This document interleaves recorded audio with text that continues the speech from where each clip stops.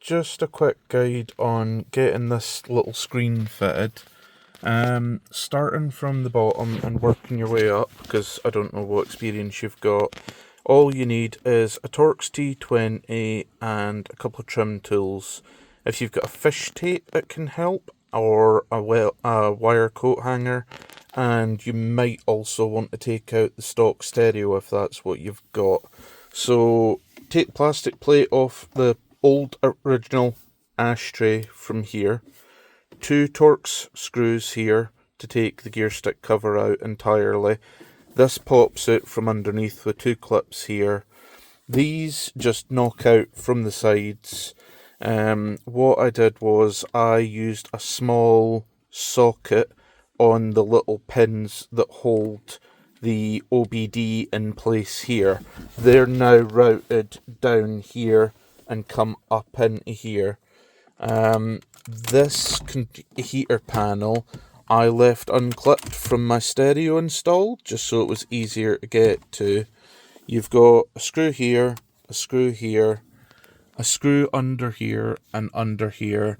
This whole thing just pops off with trim tools to make things easier. I didn't take the dials out for this install because I was lazy.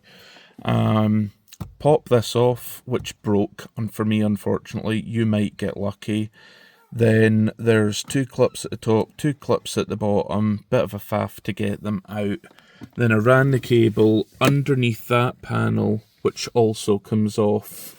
You could either run your cable up here or through here.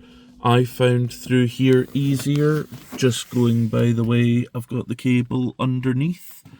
That just comes out with that up here and a couple of pins down below. And then when you run it down through here into here, I've got this just floating in here in case I want to use my Opcom, and the other one is just in behind here with the end of the cable for the little screen just plugged in here. And as I say, my original OBD port is down in here somewhere, attached to the rails that holds those plastic pieces in place. If you want me to elaborate on anything, just shoot me a message and I'll do my best to get back to you as soon as I can. Bye.